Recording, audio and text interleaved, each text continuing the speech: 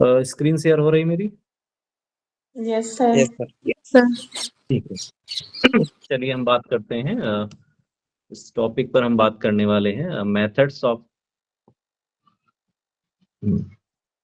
Methods of teaching in institution of higher education.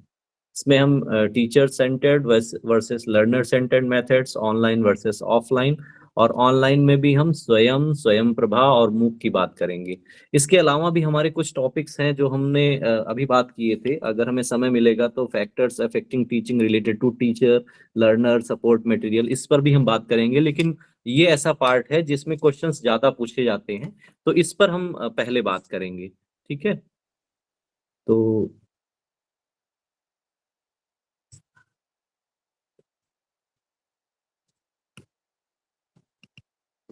हम बात कर रहे हैं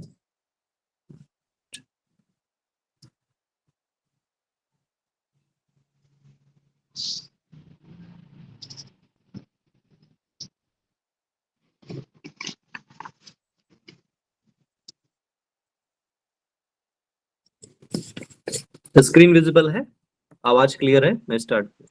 yes sir. Okay sir. Okay, ठीक है। तो हम बात करते हैं टीचर सेंटर्ड लर्निंग प्रोसेस की।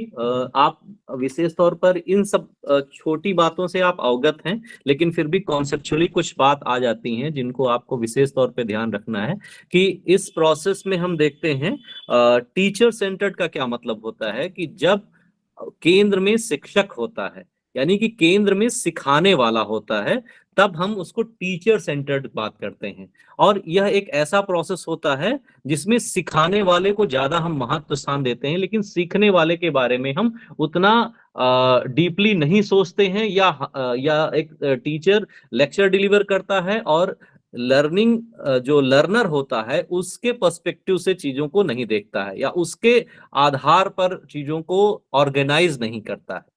अगर हम वर्सेस की बात कर रहे हैं तब ऐसा होगा, अदरवाइज हम अगर देखते हैं नॉर्मल हम वे में हम टीचिंग करते हैं तो हम सभी का ध्यान रखते हुए करते हैं। लेकिन चूंकि यहाँ पर teacher centred versus learner centred की बात आ रही है, तो यहाँ पर टीचर सेंटर्ड का मतलब पूरी तरह से शिक्षक के द्वारा आयोजित किया जाने वाला या ऑर्गेनाइज किए जाने वाला प्रोसेस है। तो इसको अगर हम बात करें तो यह एक ऐसा प्रोसेस है जिसमें इंफॉर्मेशन ट्रांसफर की बात होती है एंड रिसेप्शन की बात होती है। एक टीचर इंफॉर्मेशन देता है और स्टूडेंट केवल और केवल उसको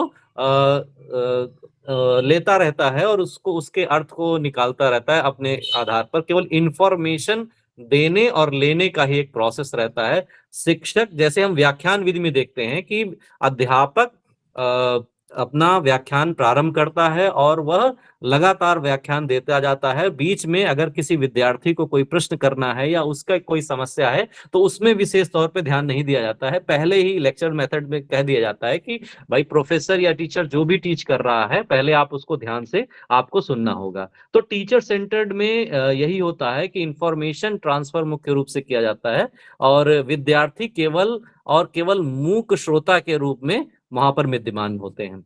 इसके अलावा देखें, स्ट्रक्चरल इंडिविजुअल प्रोसेस है, ये टू वे प्रोसेस नहीं है। अभी हम अगर कंपैरिजन में देखेंगे तो लर्नर सेंटर्ड अगर हम बात करेंगे तो वो टू वे प्रोसेस होगा, लेकिन यहाँ पर इंडिविजुअल प्रोसेस होता है जो हमारा टीचर सेंटर्ड जो हमारा प्रोसेस होता है। इसके अलावा हम देखें कि breaking content into small isolated unit, जो भी हम पढ़ाने जा रहे हैं उसको छोटे छोटे भागों में विभाजित करके पढ़ाते हैं। पूर्ण रूप से हम किसी भाग को पढ़ाने के बजाय हम छोटे छोटे स्मॉल आइसोलेटेड यूनिट्स के रूप में हम डिवाइड करते हुए पढ़ाते हैं। जैसे हम ये पूरा हम टीचिंग एप्टीट्यूड अगर हमें पढ़ाना है तो छोटे बस हम पहले कॉन्सेप्ट की बात करेंगे, उसके अलावा हम कोई बात नहीं करेंगे। लेकिन अगर हम किसी विषय वस्तु को समझना चाहते हैं तो उसके समग्र स्वरूप को हमको समझना होगा, समग्र कॉन्सेप्ट को हमको समझना होगा। तो उस समग्र स्वरूप को समझने के लिए आपको जो नॉलेज है उसको आइसोलेटेड यूनिट के रूप में नहीं स्वीकार करना होगा। तो ये एक आप देख सकते हैं कि टीचर सेंटर्ड का एक कैरेक्टरिस्टिक्स है कि breaking content into small isolated units. इसके अलावा हम बात करें कि इसमें प्रैक्टिस और रीइंफोर्समेंट की बात की जाती है। Characteristic central teacher centred learning में। इसके अलावा इसमें मुख्य रूप से आप देखेंगे कि एग्जामिनेशन प्रोसेस पर सबसे ज्यादा फोकस होता है कि अध्यापक के द्वारा, शिक्षक के द्वारा पढ़ाया गया और वो जो उसके द्वारा पढ़ाया गया उसका क्या आउटकम निकल रहा है, और उस आउटकम को चेक करने के लिए हम एग्जामिनेशन पर फोकस करते हैं, उसको इवेलुएट करते हैं। और मुख्य उद्देश्य हमारा एग्जामिनेशन ज्यादा इसमें होता है बनिस्बत सीखना, लर्निंग से ज्यादा हम इवेल्युएशन पर फोकस करते हैं अगर हम बात करें टीचर सेंटर्ड लर्निंग प्रोसेस की। तो ये कुछ ऐसा प्रोसेस है जिसमें हम बहुत सारी चीजें देख सकते हैं। इसके अलावा अगर हम बात करें characteristics of learner centred process की, तो लर्नर सेंटर्ड प्रोसेस का मतलब है कि जब शिक्षक विद्यार्थी को ध्यान में रखते हुए, लर्नर को, सीखने वाले को ध्यान में रखते हुए अध्यापन करता है, उसकी आवश्यकताओं को ध्यान में रखते हुए अध्यापन करता है। जैसे अभी मैं आपकी आवश्यकताओं को ध्यान में रखते हुए अध्यापन कर रहा हूं, क्योंकि अभी आप देख रहे हैं कि आप घर में बैठे हुए हैं, आराम से बैठे हुए हैं। अगर हम अपनी सुविधा देखते तो हम आपको कहीं ना कहीं एक पर्टिकुलर प्लेस पे बुलाते, या स्कूल्स में, ऑर्गेनाइजेशन में, लेकिन ये आपको फ्लेक्सिबिलिटी है, आपके आपके अनुसार पढ़ा रहे हैं क्योंकि आपको सुविधा है कि आप घर बैठे इस चीज को सीख सकें। तो ये इसमें आप देखेंगे कि लर्नर सेंटर्स लर्निंग में लर्नर को के उद्देश्यों को, लर्नर की सहजता को, लर्नर के सीखने के एनवायरनमेंट को ध्यान में रखते हुए प्रोसेस को चलाया जाता है। हम कह सकते हैं कि लर्नर सेंटर्ड जो कॉन्सेप्ट है वो कहीं ना कहीं एक नेचुरल जो प्रोसेस है, वो एक नेचुरल फिनोमिना है। वो बिल्कुल मूर्त रूप में आप कहें कि वह वास्तविक रूप से आयोजित किया जाने वाला एक कार्यक्रम है, जिसमें शिक्षक विद्यार्थियों को विशेष तौर पर ध्यान में रखते हुए, उसकी आवश्यकताओं को ध्यान में रखते हुए पढ़ाया जाता है। इसके अलावा हम देखते हैं एक सोशल प्रोसेस है, हम सब लोग एक सोशली जुड़े हुए हैं। अभी हम बात कर रहे हैं तो हम देख रहे हैं कि इतने सारे लोग, हम लोग मिल करके इस क्लासरूम में आए हैं, और इस क्लासरूम में एक सोशली हम बात करते हुए आगे बढ़ रहे हैं और पढ़ रहे हैं। इसके अलावा हम बात करें कि more meaningful and develop insight, यहाँ पर हम ये जो हमारा लर्नर सेंटर्ड कॉन्सेप्ट होता है, ये अधिक अर्थपूर्ण होता है, और इसके द्वारा इंसाइट का डेवलपमेंट किया जाता है। मतलब अगर आप कोई कॉन्सेप्ट आपको नहीं समझ में आ रहा है, तो हमारा मुख्य उद्देश्य आपको सिखाना है, ना कि हमारा उद्देश्य है कि हम क्या सिखा रहे हैं। आप जिस भी तरह से सीखेंगे, आपकी मानसिक या तार्किक जो विकास है, वो जिस बेहतर ढंग से होगा, उस बेहतर ढंग का प्रयोग विद्यार्थी या शिक्षक के द्वारा किया जाता है। तो यह एक मोर मीनिंगफुल और जो कि इंसाइट को डेवलप करने वाला प्रोसेस होता है, लर्नर सेंटर्ड लर्निंग इसके अंतर्गत आती है। इसके अलावा हम कह सकते हैं कि active and not a passive process. अभी हम बात कर रहे थे कि जो टीचर सेंटर्ड प्रोसेस होता है, उसमें हम कह सकते हैं कि टीचर एक्टिव रहता है, और जो लर्नर होता है वो बिल्कुल साइलेंट मोड में बस उसको सुनता रहता है। लेकिन लर्नर सेंटर्ड लर्निंग में मुख्य रूप से स्टूडेंट को देख करके या लर्नर के अकॉर्डिंग ही हम सारी चीजें करते हैं, तो उसमें लर्नर ज्यादा एक्टिव होता है ना। अगर आपको कोई प्रश्न पूछना है, अगर आपको कोई प्रॉब्लम है, आप नहीं समझ पा रहे हैं, तो हमें भले ही जो हम फ्लो में पढ़ा रहे हैं, हम लेक्चर मेथड से भी पढ़ा रहे हैं, अगर हम पूरे फ्लो में पढ़ा रहे हैं, तब भी हमें आपकी समस्याओं को ध्यान में रखते हुए पढ़ाना पड़ेगा, क्योंकि वहां पर आप भी एक्टिव हैं और हम भी एक्टिव हैं। तो वो दोनों लोग एक्टिव रहते हैं और ये पूरी प्रोसेस एक्टिव हो जाती है। ठीक है। इसके अलावा आइदर भी लीनियर और भी नॉन लीनियर, वो लीनियर भी हो सकता है, नॉन लीनियर भी हो सकता है। हमें काफी सारी चीजें कवर करनी है, जहां आप नहीं समझ में आए तो पूछ लीजिएगा, हम आगे बढ़ते हुए चलेंगे। होलिस्टिक एंड कॉन्टेक्चुअलाइज्ड प्रोसेस होता है जो हमारा। होलिस्टिक का मतलब है कि समग्र रूप से अभी हम बात कर रहे थे कि जैसे ये आपका टीचर सेंटर्ड प्रोसेस था, उसमें हम स्मार्ट यूनिट के रूप में, आइसोलेटेड यूनिट के रूप में हम नॉलेज को आइसोलेटेड यूनिट के रूप में नॉलेज को डिवाइड करते हुए पढ़ रहे थे। लेकिन जो लर्नर सेंटर्ड लर्निंग है, इसमें हम विषय वस्तु को या संबंधित जो अध्ययन हम कर रहे हैं, उस को समग्र रूप से हम पढ़ते हैं, संपूर्ण रूप से उसको हम पढ़ने का प्रयास करते हैं, उसके प्रत्येक पक्षों पर हम बात करने का प्रयास करते हैं। स्मॉल यूनिट्स के रूप में पढ़ने के बजाय संपूर्ण रूप से हम उसको पढ़ने का प्रयास करते हैं और उसके प्रत्येक पहलू को हम पढ़ने का प्रयास करते हैं। ठीक है, तो ये हमारा लर्नर सेंटर्ड लर्निंग है। और कैरेक्टरिस्टिक्स ऑफ हमने बात किया कि टीचर सेंटर्ड और लर्नर सेंटर्ड में क्या डिफरेंस होता है। तो टीचर सेंटर्ड लर्निंग की बात करें तो इसमें आप देख सकते हैं कि टीचर सेंटर डिडक्टिक होता है ना, लर्नर सेंटर्ड इंटरेक्टिव होता है, और इसमें इंफॉर्मेशन प्रोवाइडिंग की जाती है टीचर सेंटर्ड में।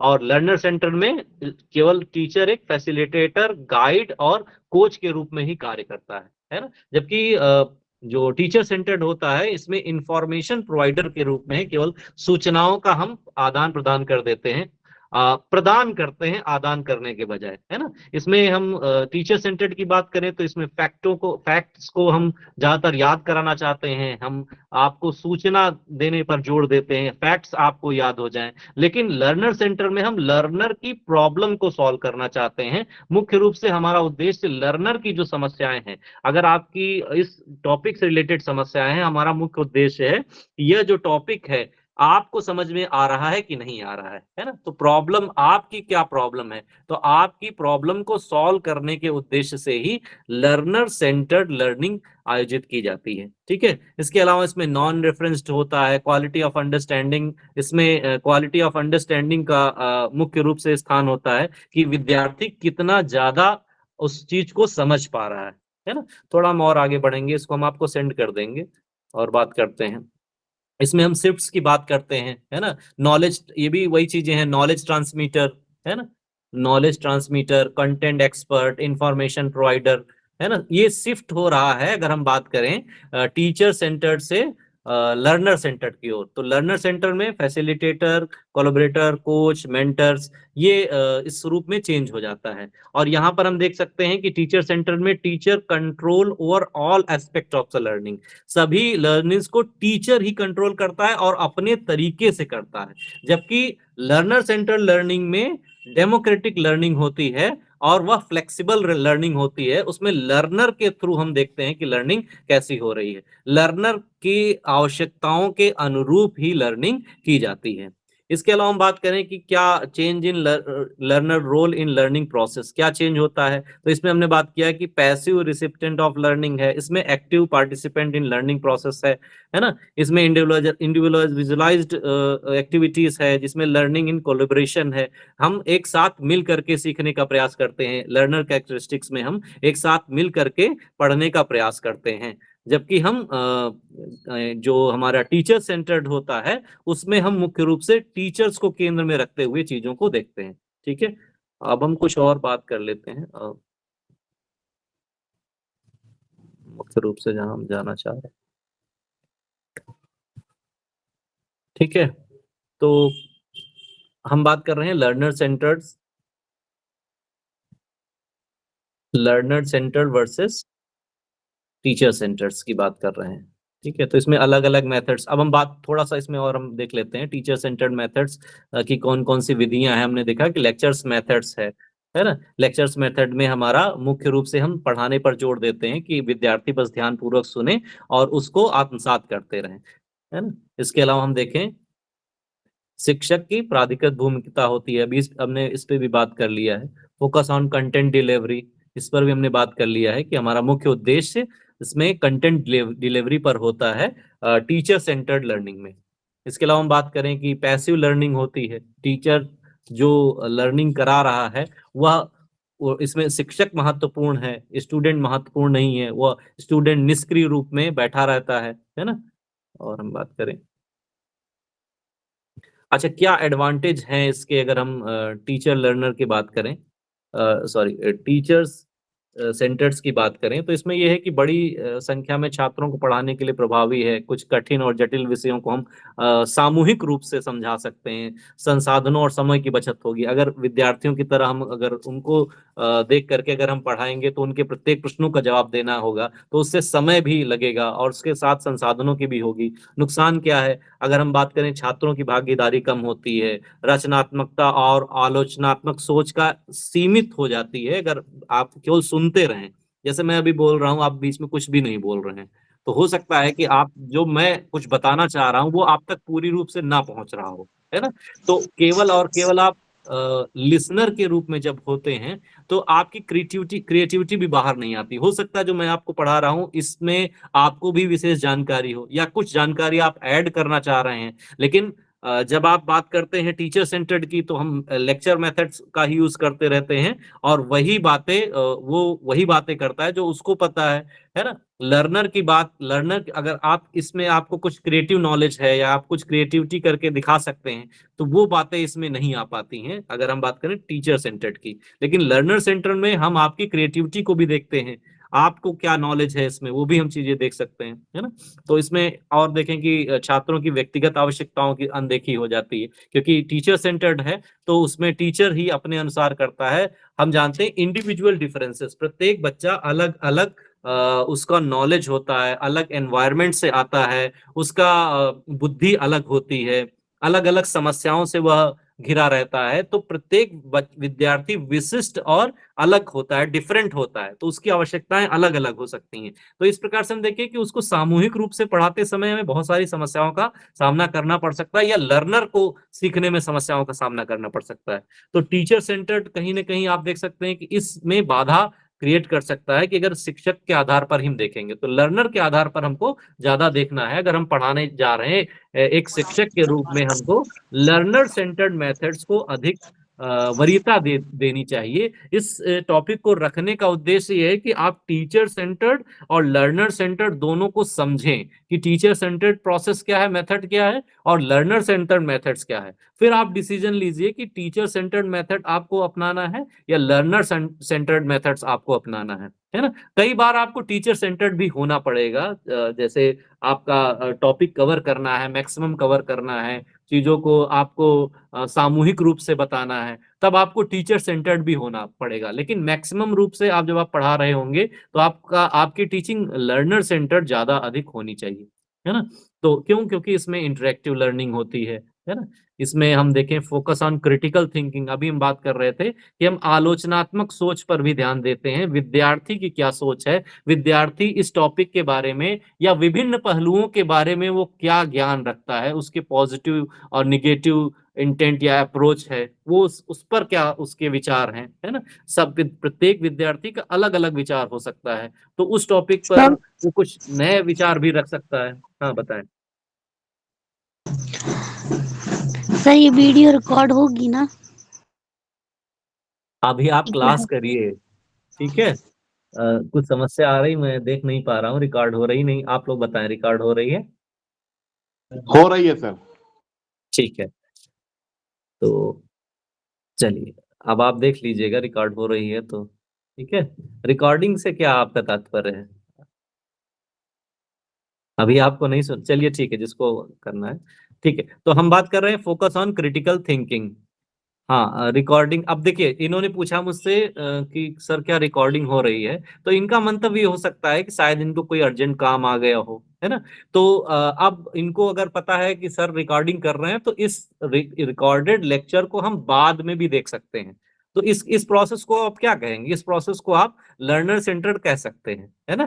कि अभी तक हम जो बिना रिकॉर्डिंग मोड में चल रहे थे तो हम कह सकते हैं, हम अभी भी अगर हम ऑनलाइन वे में पढ़ा रहे हैं तो उसको भी आप कह सकते हो कि ये लर्नर सेंटर्ड है। लेकिन जब हम ऑनलाइन भी पढ़ा रहे हैं और हम रिकॉर्डिंग मोड में भी जा रहे हैं, फिर हम उसको यूट्यूब पे भी अपलोड कर दे रहे हैं, तो इसका मतलब हम बहुत ज्यादा फ्लेक्सिबल हो चुके हैं और बहुत ज्यादा स्टूडेंट सेंटर्ड हो चुके हैं। हमारे बहुत से विद्यार्थी आज समय परिवर्तन के कारण यहाँ पर नहीं आ पाए हैं, तो इस प्रोसेस को भी आप लर्नर सेंटर्ड के रूप में ले सकते हैं कि रिकॉर्डिंग करना, रिकॉर्डिंग के बाद अपलोड करना, यूट्यूब पे हमेशा अवेलेबल रहना, तो ये कहीं ना कहीं लर्नर सेंटर्ड मेथड है ना? तो आप देख सकते हैं कि ऑनलाइन जितनी भी क्लासेस होंगी या ऑनलाइन वे में जो आप पढ़ाते हैं, आप अपने घर में बैठे हुए हैं, इजीली बैठे हुए हैं, हमें सुन पा रहे हैं, तो कहीं ना कहीं हम आपको ध्यान में रखते हुए टीचिंग कर रहे हैं। तो इसको भी आप कह सकते हैं कि लर्नर सेंट्रल टीचिंग है। और इसमें अभी हम बात करें फोकस ऑन क्रिटिकल थिंकिंग। अभी आप कुछ भी कहना चाहो, आपकी बात हम सुन सकते हैं, उस पर बात कर सकते हैं, उस पर विश्लेषण कर सकते हैं, क्योंकि हमारा उद्देश्य आपको सफल करना है। मैं तो पहले ही सफल हो चुका हूं। मेरा उद्देश्य आपको पढ़ाना नहीं, आपको इस प्रकार से विषय वस्तु को समझाना है कि आप इस चीज को समझकर उसका उपयोग करें। तो ये चीज होती है लर्नर सेंटर्ड लर्निंग। तो अभी हम बात करें क्रिटिकल थिंकिंग की, तो किसी भी पहलू पर आपके पॉजिटिव विचार हो सकते हैं, निगेटिव विचार हो सकते हैं, न्यूट्रल हो सकते हैं। तो अगर हम इस प्रकार से टीचिंग कर रहे हैं जिसमें हम विद्यार्थियों के भी प्रश्नों को शामिल कर रहे हैं, विद्यार्थियों की भी सोच को हम शामिल कर रहे हैं, उनके प्रश्नों को हम ले रहे हैं, उस पर हम बात कर रहे हैं, तब भी हम कह सकते हैं कि हम लर्नर सेंटर पर जा रहे हैं, है ना। और इसमें टीचर केवल और केवल एक फैसिलिटेटर के रूप में या एक सहायक के रूप में कार्य करता है, कि मैं आपकी केवल और केवल सहायता कर रहा हूं चीजों को सीखने के रूप में, है ना। मैं अपेक्षाकृत इस विषय वस्तु में आपसे अधिक अनुभवी हो सकता है मैं आपसे ज्यादा अनुभवी हूं, तो मैं आपको इस अपने अनुभव और ज्ञान का प्रयोग करते हुए आपको इस विषय वस्तु को समझने में बस सहायता कर रहा हूं, है ना। तो अगर टीचर सेंटर्ड होता तो मैं बस अपना ज्ञान आपको उड़ेलना कहते हैं ना, कि हम हमारे पास जो ज्ञान था हमने आपको दे दिया, बाकी आप जाने। लेकिन स्टूडेंट सेंटर्ड या लर्नर सेंटर्ड में होता है कि आप जाने नहीं, आप सीखें। मैं आपको बता रहा हूँ, सिखा रहा हूँ, अगर आप नहीं सीख रहे तो हम अपना मेथड चेंज करेंगे, है ना। लर्नर सेंटर्ड में हमेशा ये माना जाता है कि अगर विद्यार्थी नहीं सीख रहा है तो शिक्षक की गलती है। शिक्षक कहीं ना कहीं गलत मेथड्स का प्रयोग कर रहा है, या मेथड में वेरिएशन नहीं हो रहा है, या उसकी तकनीक में समस्या है, या उसके कह सकते हैं कि बोलने में भाषा में उसकी समस्या है ना। अभी मैं इंग्लिश में ही पूरा पढ़ाने लगूं तो कुछ विद्यार्थी नहीं पढ़ पाएंगे। तो नहीं पढ़ पाएंगे जब जो नहीं सीख पा रहे हैं, तो कहीं ना कहीं उसके लिए केवल और केवल शिक्षक जिम्मेदार है। तो यही कॉन्सेप्ट होता है लर्नर सेंटर्ड और टीचर सेंटर्ड के बीच में डिफरेंस क्रिएट करता है, कि लर्नर सेंटर्ड में मुख्य रूप से लर्निंग पर जोर दिया जाता है, और टीचर सेंटर्ड में मुख्य रूप से टीचर पर जोर दिया जाता है, उसके ज्ञान और उसके जो भी उसका अनुभव है वह केवल और केवल वो डिलीवर करके अपनी कह सकते हैं कि अपनी ड्यूटी पूरा कर लेता है, उसके बाद उसे आगे चीजों से ज्यादा मतलब नहीं होता है। ठीक है, लेकिन इसमें शिक्षक एक सहायक के रूप में, शिक्षक एक मार्गदर्शक के रूप में रोल अपना अदा करता है ना। और छात्रों को स्वतंत्र रूप से सीखने के लिए प्रेरित करता है कि आप स्वयं सीखें। जैसे ये सारी क्लासेस आयोजित हो रही हैं, तो ऐसा तो नहीं कि आपको हर चीज पढ़ा दी गई है, लेकिन हम आपको मोटिवेट कर रहे हैं कि चीजों को आपको समझना होगा, चीजों को आपको पढ़ना होगा।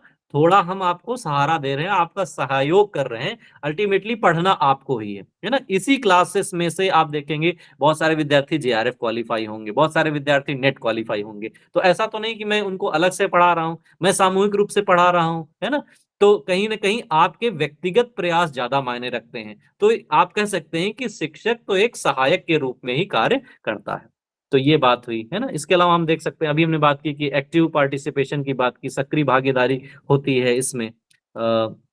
इससे क्या एडवांटेजेस हैं, हम बात करें कि छात्रों की रचनात्मकता और समस्या समाधान कौशल में सुधार होता है लर्नर सेंटर्ड में, है ना। अभी हम बात कर रहे थे क्रिएटिविटी एंड प्रॉब्लम सॉल्विंग आपकी बढ़ेगी, जितना हम आपको इन्वॉल्व करेंगे, जितना आपके अनुसार हम सिखाएंगे, उतना ज्यादा ये प्रॉब्लम सॉल्विंग और क्रिएटिविटी की आपकी सामने आएगी, है ना। व्यक्तिगत आवश्यकताओं और रुचियों को ध्यान में रखना। अभी हम बात कर रहे थे कि आपकी व्यक्तिगत आवश्यकताओं को, आपको इस समय नहीं है, आप आज 5 बजे क्लास होने से आपको प्रॉब्लम हो रही है, तो आप इसको बाद में भी इस रिकॉर्डेड क्लास को देख सकते हैं, है ना। इसके अलावा सीखने का गहन और स्थायी प्रभाव, हम सीखने सिखाने की प्रक्रिया को अधिक परिष्कृत करते हैं, अधिक सुनियोजित तरीके से हम समग्र चिंतन जब कराते हैं तो कहीं ना कहीं सीखना अधिक प्रभावी, स्थायी और गहन होता है। हम आईसीटी मेथड्स का यूज करते हैं, है ना। तो जब हम लर्नर सेंटर्ड होते हैं तो हम सीखने को और अधिक गहन बनाते हैं, है ना। तो और अधिक स्थायी, जब भी आप इस प्रकार से आईसीटी का प्रयोग करते हुए जब आप सुनेंगे भी, देखेंगे भी, उसको करेंगे भी, उस पे आप क्वेश्चंस करेंगे, उस पे आपकी जो समस्या है उस पर बात करेंगे, उसके दोनों एस्पेक्ट पर बात करेंगे, पॉजिटिव निगेटिव पर बात करेंगे, तो कहीं ना कहीं सीखना गहन होगा, है ना, स्थायी होगा। क्योंकि लेक्चर मेथड में उस तरह से आप वही बातें सोचोगे या वही बातें आप जान पाओगे जो उसके शिक्षक ने बताया है। लेकिन जब आप प्रश्न करोगे, विद्यार्थियों शिक्षक से बात करोगे, उस पर विश्लेषण करोगे, तो आप उसके सभी एस्पेक्ट को जानते हुए आपका अध्ययन गहन होगा, है ना। लेकिन इसमें कुछ डिसएडवांटेजेस भी हैं, नुकसान भी हैं कि समय और संसाधनों की आवश्यकता अधिक होती है ना। समय ज्यादा लगेगा, अगर आप पढ़ा करके निकल जाएं और फिर या तो फिर पूरा डिस्कशन में आप अगर इन्वॉल्व होते हैं तो समय ज्यादा लगेगा, है ना। और बड़ी कक्षाओं में लागू करना इसको कठिन हो जाता है, क्योंकि लेक्चर मेथड है तो बड़ी कक्षाओं में आसानी से दे सकते हैं। लेकिन जब बड़ी कक्षाएं होती है तो विद्यार्थियों की संख्या बड़ी होती है, संख्या बड़ी होती है तो उनके प्रश्न बड़े होते हैं, है ना। तो जब प्रश्न ज्यादा होंगे तो जैसे ही प्रश्न ज्यादा होने लगते हैं तो क्लास डिस्टर्ब होने लगेगी, उस तरह से चीजें नहीं हो पाएंगी। और उसमें हर स्तर के बच्चे बैठे हुए हैं, इसमें टॉपिक है इंडिविजुअल डिफरेंसेस, तो हर स्तर के बच्चे बैठे हुए, औसत बच्चे भी। अभी हमारी क्लास में कई बच्चे विद्यार्थी ऐसे हैं जिन्हें सब कुछ समझ में आ रहा है, कई विद्यार्थी ऐसे हैं कि ये कौन सा टॉपिक लेकर के आ गए सर आज, है ना।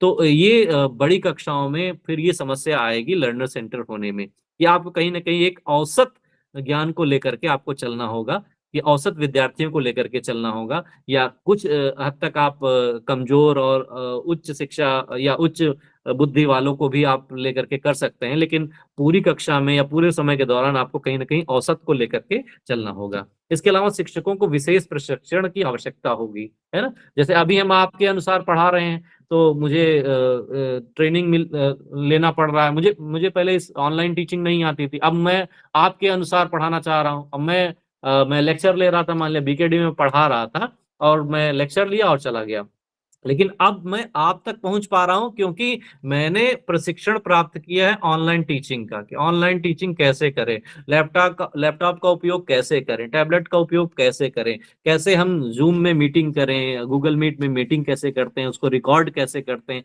ये सारी चीजें हमको प्रशिक्षण के बाद ही पता चली, है ना। तो इसमें हम जब टीचर सेंटर से स्टूडेंट सेंटर की ओर जाएंगे तो हमें विशेष तौर पे प्रशिक्षण की भी आवश्यकता होगी, ठीक है। तो लेकिन अब हम बात करें कि निष्कर्ष रूप से हम कहें तो शिक्षक केंद्रित और छात्र केंद्रित दोनों विधियां उच्च शिक्षा में महत्वपूर्ण है। अभी हमने पहले भी बात किया कि दोनों का हमें समय समय पर उपयोग करना होगा। कभी हमें शिक्षक केंद्रित होना पड़ेगा, कभी हमें विद्यार्थी केंद्रित होना पड़ेगा, या हम शिक्षक केंद्रित होने के बाद हम रिमीडियल क्लासेस कर दें, उपचारात्मक शिक्षण करें, कि जो समस्या आ रही है उन समस्या का हम समाधान करें, है ना। तो शिक्षक केंद्रित विधि बड़ी कक्षाओं और जटिल विषयों के लिए उपयोगी है, जिसकी हम बात कर सकते हैं। और छात्र केंद्रित विधि छात्रों को सक्रिय रूप से सीखने, व्यवहारिक कौशल को विकसित करने में, आलोचनात्मक चिंतन को विकसित करने में, है ना, प्रॉब्लम सॉल्विंग में, क्रिटिकल थिंकिंग में, ये हमारी मदद करती है ना। लेकिन अगर हम बात करें कि सर्वोत्तम परिणाम क्या है, ब्लेंडेड लर्निंग। अब ये ब्लेंडेड लर्निंग क्या होती है? एक होती है ब्लेंडेड लर्निंग, एक होती है फ्लिप्ड लर्निंग, है ना। कौन बताएगा फ्लिप्ड लर्निंग और ब्लेंडेड लर्निंग क्या होती है? ये क्वेश्चन पूछा जाता है, ब्लेंडेड लर्निंग और फ्लिप्ड लर्निंग में क्या अंतर है? सर, फ्लिप्ड लर्निंग उस लर्निंग को बोलते हैं कि हम जो अपने ट्रेडिशनल मेथड यूज करते आ रहे हैं उनसे एक साथ फ्लिप करके कुछ नए मेथड्स यूज करना। और कैसे? ब्लेंडेड, सर ब्लेंडेड लर्निंग वो होगी जिसमें अभी जैसे कि आपने कहा कि दोनों तरह के मेथड हमें यूज करने पड़ेंगे। अगर हमें जरूरत लग रही है तो लेक्चर मेथड भी हमें लेना पड़ेगा, और अगर हमें जरूरत महसूस हो रही है तो हमें न्यू टेक्निक के थ्रू भी ऑनलाइन क्लास लेके या लर्नर सेंटर के थ्रू भी हमें बच्चों को पढ़ाना पड़ेगा, जैसे ग्रुप डिस्कशन करके, इस तरह से। तो वो ब्लेंडेड लर्निंग होगी बिल्कुल सर। बिल्कुल, आपकी बात सही है। ब्लेंडेड लर्निंग में क्या होता है कि हम ऑनलाइन और ऑफलाइन दोनों टीचिंग का हम उपयोग करते हैं, है ना। और दोनों को हम साथ साथ उपयोग करते हैं। हम कभी ऑनलाइन का उपयोग करते हुए टीचिंग कर लेंगे, कभी ऑनलाइन का टीचिंग कर लेंगे और कभी दोनों का हम मिश्रण करते हुए करेंगे। लेकिन फ्लिप्ड क्लासरूम का मतलब है, इसको हिंदी में हम कहते हैं पलटी हुई कक्षा। पलटी हुई कक्षा का मतलब है जो व्यवस्था अभी तक चली आ रही है कि पहले हम क्लास लेते हैं और उसके बाद हम होमवर्क देते हैं, है ना। लेकिन जो फ्लिप्ड क्लासरूम होती है, आपको पहले से ही जैसे आपके इस ऑनलाइन प्लेटफॉर्म का यूज करते हुए पहले ही आपको लेक्चर प्रोवाइड कर दिया जाएगा। यानी कि क्लास से बाहर, अभी आप मान लिया आपको कल हमें कॉलेज बुलाना है, तो हम आज ही अपना लेक्चर पहले ही हम रिकॉर्ड कर लेंगे और उस लेक्चर को आप तक प्रेषित कर देंगे और आपसे कहेंगे कि आप इस लेक्चर को देख लीजिए, पूरा इसको तैयार कर लीजिए। और उसके बाद क्लासरूम में अध्यापन नहीं होता है, क्लासरूम में केवल और केवल प्रॉब्लम सॉल्विंग होती, ठीक है। तो लेक्चर पहले डिलीवर करना, उसके बाद उस लेक्चर पर प्रॉब्लम सॉल्विंग करना, यानी कि फ्लिप्ड क्लासरूम या फ्लिप्ड अप्रोच ऐसा अप्रोच होता है जिसमें ऑनलाइन का प्रयोग करते हुए लेक्चर्स को पहले ही डिलीवर कर दिया जाता है। रिकॉर्डेड लेक्चर या रिकॉर्डेड लिंक वो सब पहले से करके आते हैं, और मूर्त रूप में जब हम ऑफलाइन मोड में आते हैं तो उस पर हम केवल और केवल प्रॉब्लम सॉल्विंग और उसमें हम गहन अध्ययन करने की बात करते हैं। तो इससे ये होता है कि मान लिया अगर आपने क्लासरूम टीचिंग का जो समय है, जो बड़ा टाइम बीतता है, उस टाइम की भी आप बचत कर लेंगे। इसके अलावा जैसे आप लेक्चर लेते हैं और उसके बाद विद्यार्थियों पे छोड़ देते हैं कि आप होमवर्क करिए या आप इसको ये प्रॉब्लम्स है उनको सॉल्व करके लाइएगा, तो वहां पर विद्यार्थियों के पास एक्सपर्टीज नहीं होती है। मान लो वो किसी समस्या में फंस रहे हैं तो वहां पर उनको कोई बताने वाला नहीं है। लेकिन इस फ्लिप्ड क्लासरूम में क्या होता है कि रिकॉर्डेड लेक्चर पहले ही उस कॉन्सेप्ट को विद्यार्थी ने समझ लिया, कॉन्सेप्ट को समझ लिया। अब उस कॉन्सेप्ट को समझने में अगर कोई समस्या आ रही है या उस कॉन्सेप्ट को नहीं समझा लेक्चर के मेथड से, तो वो बाद में क्लासरूम में आएगा और केवल वो अपनी समस्या पे बात करेगा, प्रॉब्लम सॉल्विंग होगी। तो ये बिल्कुल पलटी हुई कक्षा इसको कहते हैं, फ्लिप्ड क्लासरूम की। हम जो ट्रेडिशनल व्यवस्था है उसको पूरी तरह से बदल देते हैं, है ना। और ब्लेंडेड लर्निंग में क्या होगा, हमने पढ़ाया और उसके बाद भी हमने कुछ मटेरियल दे दिया कि आप यहाँ से भी पढ़ लेना, है ना। और वो जैसे हम कोई स्टडी मटेरियल दे देते हैं या कोई वेब लिंक दे देते हैं कि इसको आप यहाँ से भी पढ़ लेंगे या यहाँ से आप होमवर्क करिए, ऑनलाइन वे में आप हमें मेल करिए, वो सारी चीजें दोनों को हम शामिल करते हैं। लेकिन फ्लिप्ड लर्निंग में हम पहले लेक्चर दे देते हैं, उसके बाद हम क्लासरूम में हम लेक्चर नहीं देते हैं। इतना डिफरेंस आप समझिए कि क्लासरूम में हम फ्लिप्ड वे में लेक्चर नहीं देते हैं, उसमें प्रॉब्लम सॉल्विंग की बात हम करते हैं, ठीक है। अब हम बात कर लेते हैं, यहाँ तक क्लियर है बिल्कुल।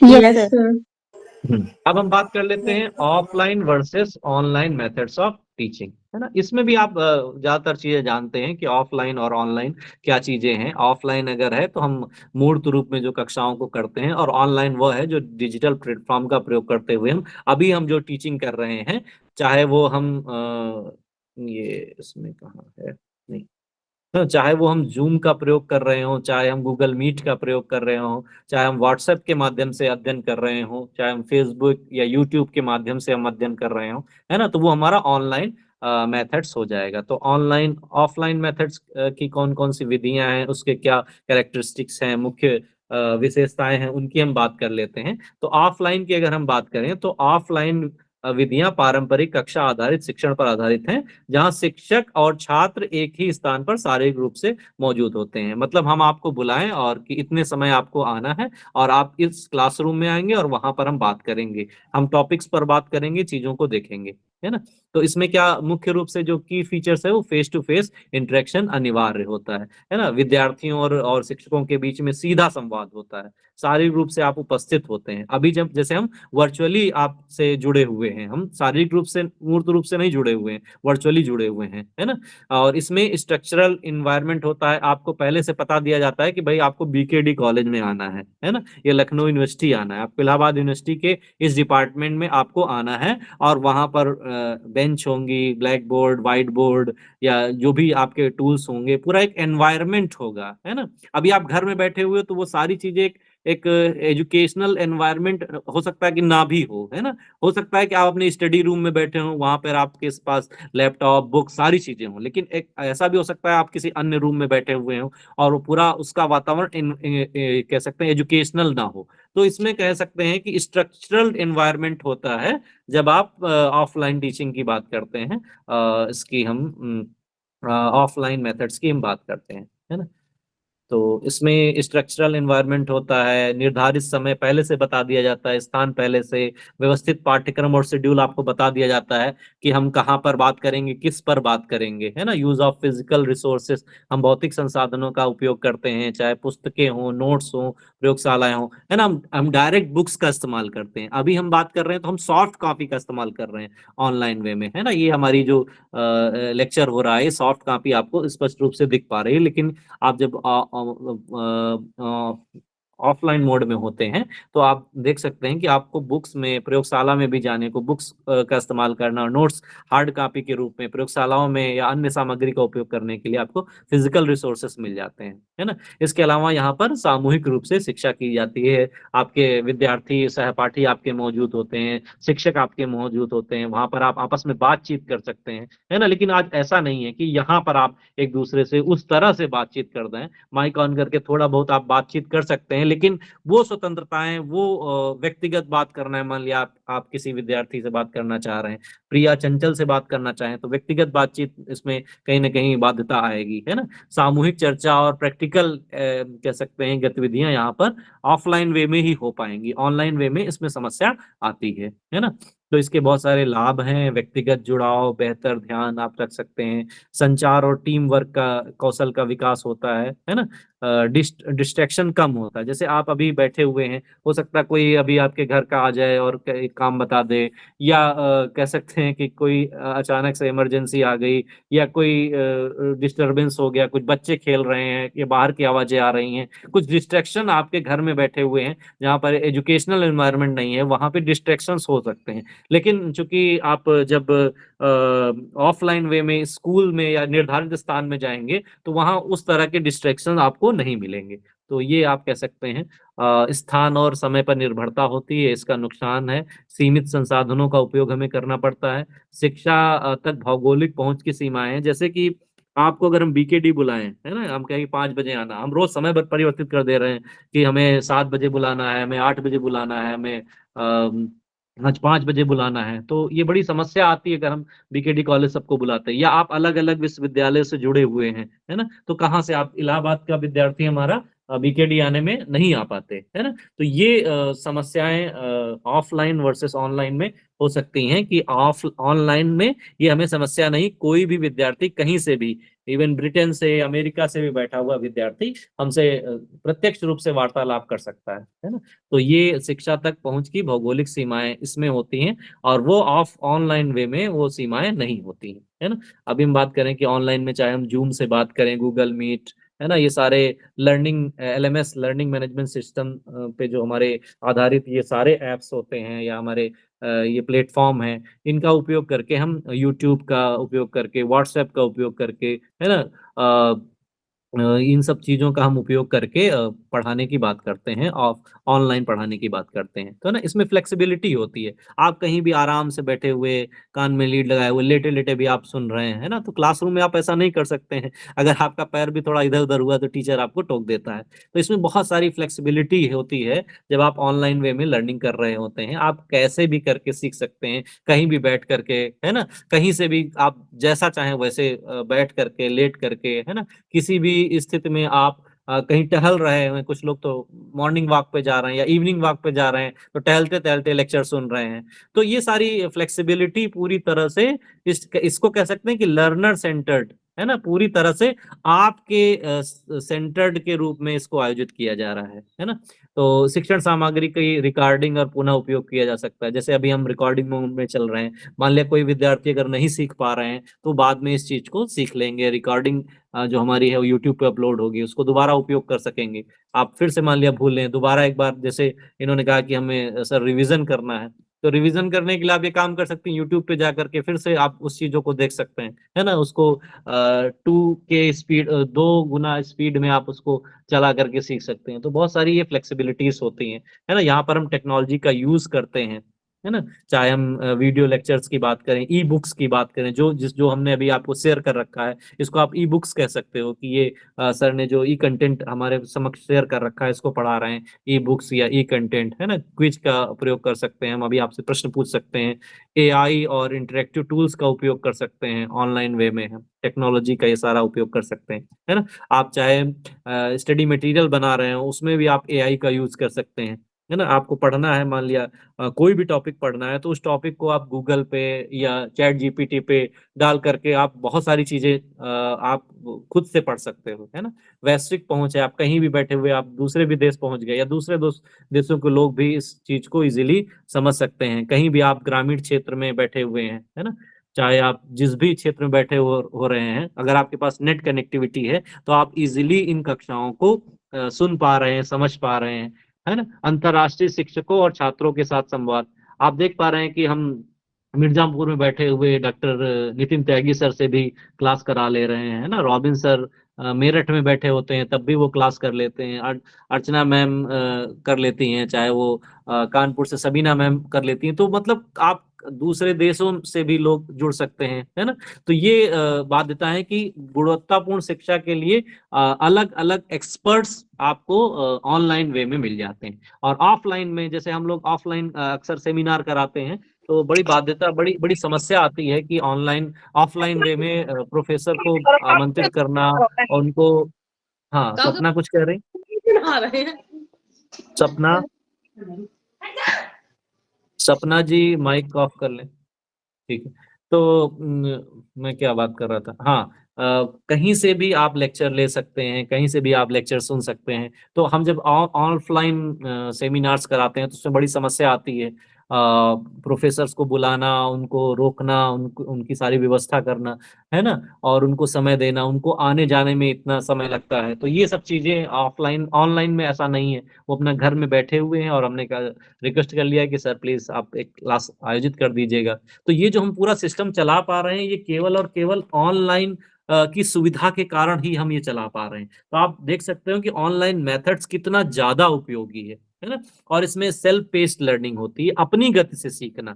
जैसा कि अभी हमने बात किया कि अगर आप जो हम बात कर रहे हैं अगर आपको नहीं समझ में आ रही है तो आप फिर से यूट्यूब पे जा करके फिर से उसको चीज को समझ सकते हो, है ना। बार बार आप उसको पढ़ सकते हो, बार बार उसको आप रिवाइज कर सकते हो, उस कॉन्सेप्ट को स्लो मोशन में या स्पीड में हर तरह से आप सीख सकते हो। आप नहीं सीख पा रहे तो उसे बार बार सीख सकते हो, विद्यार्थी शिक्षकों से प्रश्न करके, है ना।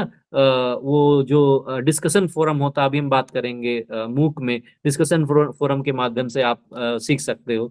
तो बहुत सारी चीजें इसमें आपको बेनिफिट मिलेंगे कि आप अपनी गति के अनुसार सीखें, समय और स्थान की स्वतंत्रता, लागत प्रभावी होता है। अभी हमने कहा कि मुफ्त रूप में चल पा रही है, इसका कारण केवल और केवल है कि हम ऑनलाइन वे में चल रहे हैं, है ना।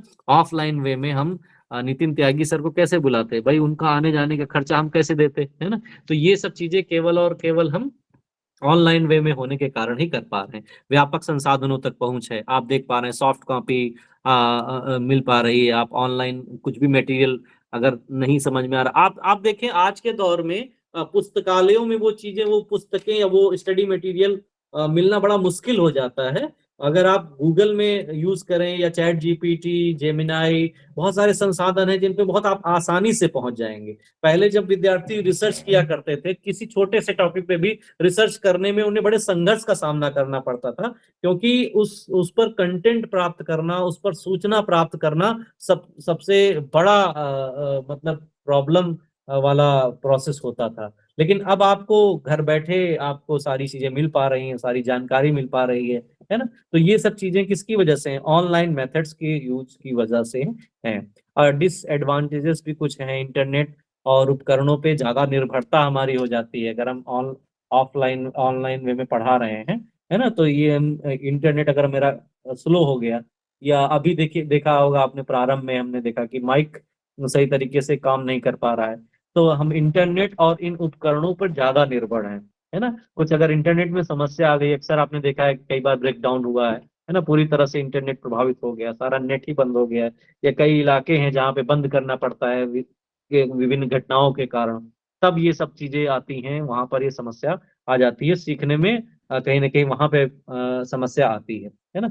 और इसके अलावा व्यक्तिगत संवाद और सामाजिक संपर्क में कमी है। अब आप हमसे मिलना चाहते हो, है ना, ऑनलाइन तो हम इजीली मिल जाते हैं, तो ऑनलाइन में ऐसे तो हम क्लास के दौरान मिल रहे हैं, लेकिन आप हमेशा ऐसे आप नहीं कह सकते कि जो संपर्क के रूप में आप हमसे मिलोगे। आप सामाजिक संपर्क करने के लिए आपको व्यक्तिगत रूप से मिलना होगा, है ना।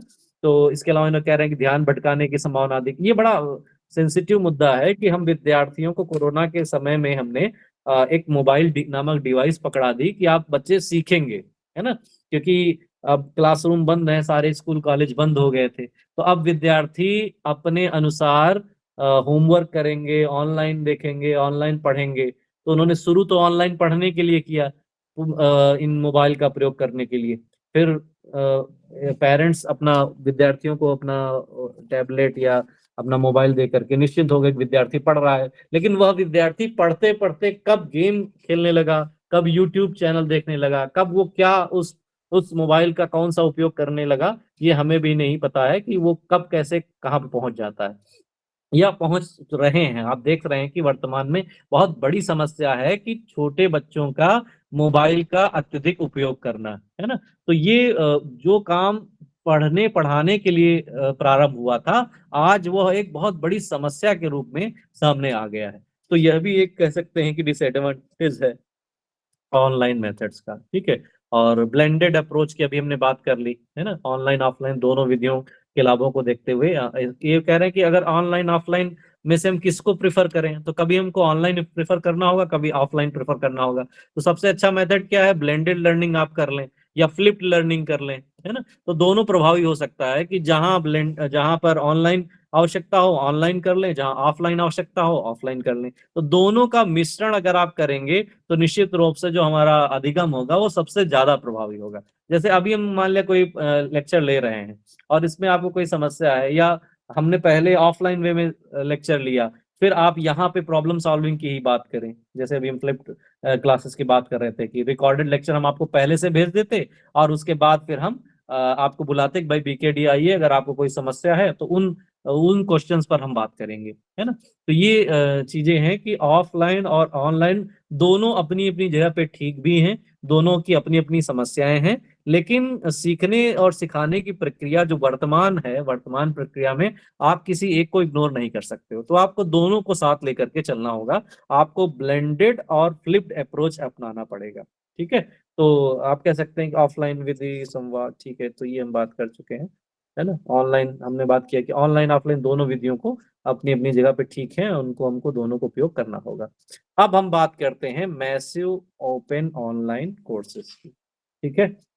अब ये क्या होता है कि पहले तो ऑनलाइन कोर्सेस आपको समझ में आ गए, है ना।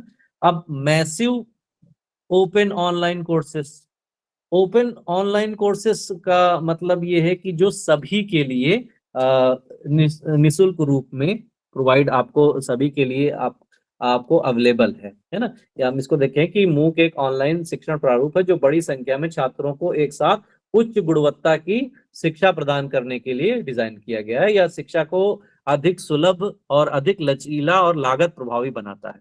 आप बहुत बड़ी संख्या में प्रत्येक विद्यार्थी चाहे तो ऑनलाइन कोर्सेज कर सकता है, और वो ऑनलाइन कोर्सेज जो ओपन है सभी के लिए। अभी हम बात कर रहे थे फ्लेक्सिबिलिटी की बात कर रहे थे, तो कभी भी कहीं भी, है ना, आप जहां भी चाहें, आप बैठे हुए हैं, आप कहीं रास्ते में जा रहे हैं, तो वो उन सभी को आप कभी भी एक्सेस कर सकते हो, कभी भी सीख सकते हो, समय की कोई बाध्यता नहीं होती है ना। इसीलिए वो ओपन होते हैं, है ना। और ऑनलाइन तो है ही। मैसिव का क्या मतलब है, मैसिव का मतलब बहुत बड़े स्तर पर, है ना, बड़े स्तर पर प्रभावी और बड़े स्तर पर लाभ देने वाले, हर हर विषय से संबंधित, है ना, हर विद्यार्थी के लिए, है ना। और कह सकते हैं कि बहुत बड़ी मात्रा में हर कंटेंट पर, तब उसको हम कह सकते हैं कि मैसिव। तो मैसिव ओपन ऑनलाइन कोर्सेस एक ऐसा शिक्षण प्रारूप है जिसमें बहुत बड़ी संख्या में आप गुणवत्तापूर्ण शिक्षा प्राप्त करते हैं, है ना। जिसमें हम कह सकते हैं कि उम्र और स्थान, शैक्षिक पृष्ठभूमि कैसी भी हो, है ना, सबके लिए उपलब्ध है। अगर आप सीखना चाहते हो, मान लिया आप एआई सीखना चाहते हो, तो चाहे कक्षा 6 का विद्यार्थी हो और चाहे कक्षा 8 का विद्यार्थी हो, चाहे ग्रेजुएशन का विद्यार्थी हो, सब लोग सीख सकते हैं। कोई उम्र की बाध्यता नहीं है, कोई स्थान की बाध्यता नहीं है, आप कहीं भी बैठ करके आप सीख सकते हो। तो वो मूक एक ऐसा ऑनलाइन पाठ्यक्रम है जो किसी भी उम्र में, किसी भी शैक्षणिक पृष्ठभूमि के विद्यार्थियों के लिए वो उपलब्ध होते हैं। इन्हें बड़े पैमाने पर छात्रों को शिक्षित करने के लिए डिजाइन किया गया है और ये हमेशा मुफ्त होते हैं। अच्छा, कुछ मुफ्त होते हैं, इसके अलावा कुछ स्मॉल प्राइवेट ऑनलाइन कोर्सेस होते हैं, है ना, SPOC, कुछ प्राइवेट ऑनलाइन कोर्सेस। जैसे देखिए, ये ओपन ऑनलाइन कोर्सेस और प्राइवेट ऑनलाइन कोर्सेस। ओपन का मतलब है जो सबके लिए खुला है और निशुल्क है। प्राइवेट का मतलब है कि वो कुछ लोगों के लिए खुला है और बाकी लोगों के लिए उसको पेमेंट करना पड़ेगा या उनके लिए अवेलेबल नहीं है। तो ये कुछ विश्वविद्यालय स्तर के या कह सकते हैं कुछ स्टेट लेवल के या कुछ इंस्टीट्यूशनल स्तर के कोर्सेस किए जाते हैं, उनको हम कहते हैं स्मॉल प्राइवेट ऑनलाइन कोर्सेस। इसका फुल फॉर्म पूछा जा सकता है, SPOC आ जाएगा। तो आप बताएंगे कि इसका फुल फॉर्म होता है स्मॉल प्राइवेट ऑनलाइन कोर्स। ठीक है। अब हम बात करें कि फीचर्स ऑफ मूक। इससे पहले थोड़ा सा हम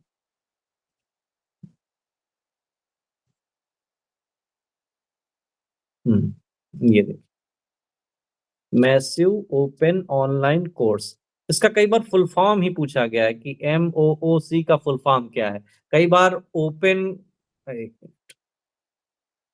आप ऑनलाइन ओपन कर देते हैं तो उसमें ये भी ऑप्शन रहेगा कि ऑनलाइन ओपन। तो आपको पता होना चाहिए कि मैसिव ओपन ऑनलाइन कोर्सेस, है ना। ओपन रजिस्ट्रेशन होता है ना, सेल्फ पेज्ड होता है, स्टार्ट एंड सभी आप देख सकते हैं कि ये कभी भी कहीं भी आप इसको सीख सकते हो। जो भी कोर्सेस अवेलेबल होते हैं, वो कोर्सेस में आपको एनरोलमेंट करने के बाद कोई फी नहीं होती है। हालांकि अगर आप सर्टिफिकेट लेना चाहते हो और उस सर्टिफिकेट का उपयोग करना चाहते हो, तो उसके लिए आपको एक छोटा सा एग्जाम देना होगा और उस एग्जाम के बाद आपको सर्टिफिकेट मिल जाएगा। लेकिन सीखना बिल्कुल निशुल्क है।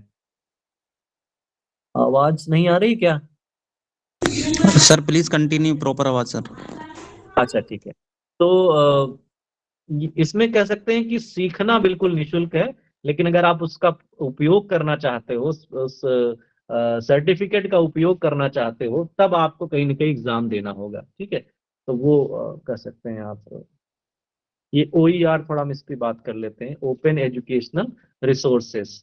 तो ओपन एजुकेशनल रिसोर्सेस, इसमें आप बहुत सारे ओपन एजुकेशनल, अभी तो मूक अलग चीज है, लेकिन मूक भी क्या है, एक ओपन, मूक भी क्या है, एक ओपन एजुकेशनल रिसोर्स ही, OER ही है ना। तो इसमें बहुत सारी चीजें हैं, आप देख सकते हैं, virtual lab, interactive video, text book, audio video lecture, animation, audio, journals, article, digital image, learning material की हम बात करें, OER यूजर्स कौन कौन से होते हैं, सेल्फ लर्नर्स होते हैं, फैकल्टी लर्नर्स होते हैं, रिसर्चर्स होते हैं, स्टूडेंट्स होते हैं। जैसे मूक की अगर हम बात करें, मूक एक OER है, ओपन एजुकेशनल रिसोर्सेस उसको कह सकते हैं। तो उसको आप चाहे विद्यार्थी हैं, चाहे टीचर है, मैं हूं, तो मैं भी उसका उपयोग कर सकता हूँ, रिसर्चर उपयोग कर सकता है, कोई सेल्फ लर्नर स्टूडेंट, कोई भी उसका उपयोग कर सकता है, कहीं भी उसका उपयोग कर सकता है, उसकी कोई बाध्यता नहीं होती है। ठीक है, इसमें अलग अलग आप देख सकते हैं, language of resources, title, author.